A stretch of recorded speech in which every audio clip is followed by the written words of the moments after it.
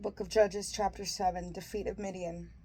Early the next morning, Jerubbaal, that is Gideon, encamped by the spring of Harod with all of his soldiers. The camp of Midian was north of him, beside the hill of Moreh in the valley. The Lord said to Gideon, "You have too many soldiers with you for me to deliver Midian into their power, lest Israel vaunt itself against me and say, 'My own power has saved me.' So announce in the bearing of the soldiers, if anyone is afraid or fearful, let him leave. Let him depart from Mount Gilead."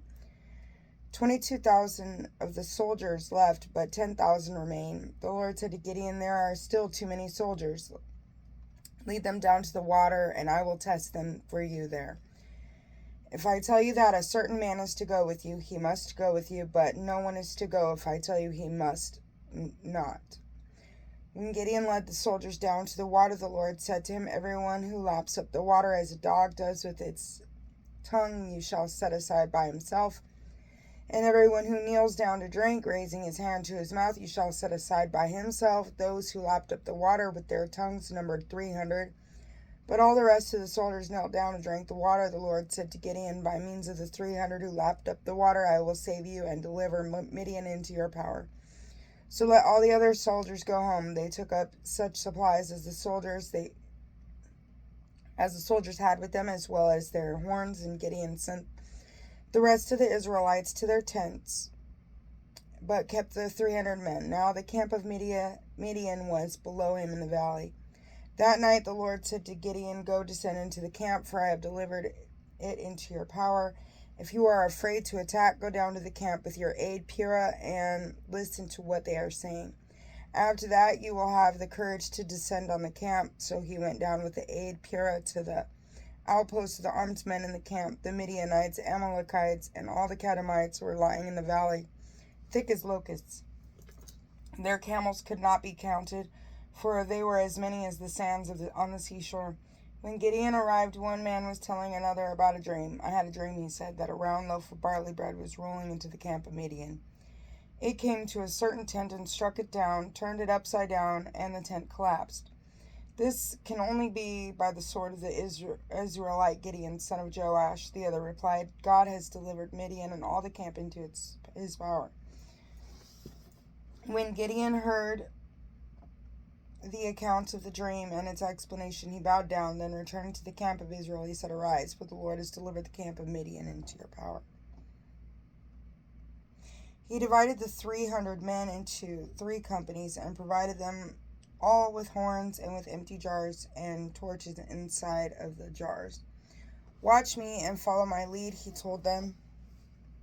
"I shall go to the edge of the camp, and as I do, you must do also. When I and those with me blow horns, you too must blow horns all around the camp and cry out for the Lord and for Gideon."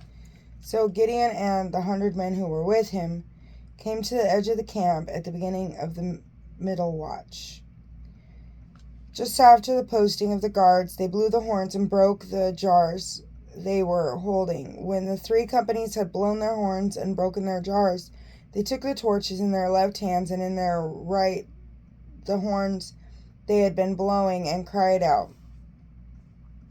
"A sword for the Lord and for Gideon." They all remained standing in place around the camp, while the whole camp began to run and shout and flee.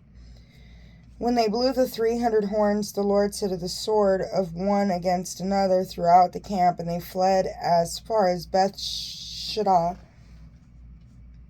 in the direction of Zereda, near the border of Abel Meholah at Tabbath.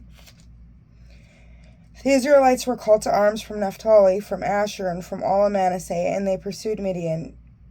Gideon also sent messengers throughout the mountain region of Ephraim to say, "Go down to intercept Midian and seize the water courses against them as far as the Beth Harah as well as the Jordan." So all the Ephraimites were called to arms, and they seized the water courses as far as Beth Barah and the Jordan as well. They captured the 2 princes of Midian, Oreb and Zeb, killing Oreb at the rock of Oreb and Zeb at the winepress of Zeb.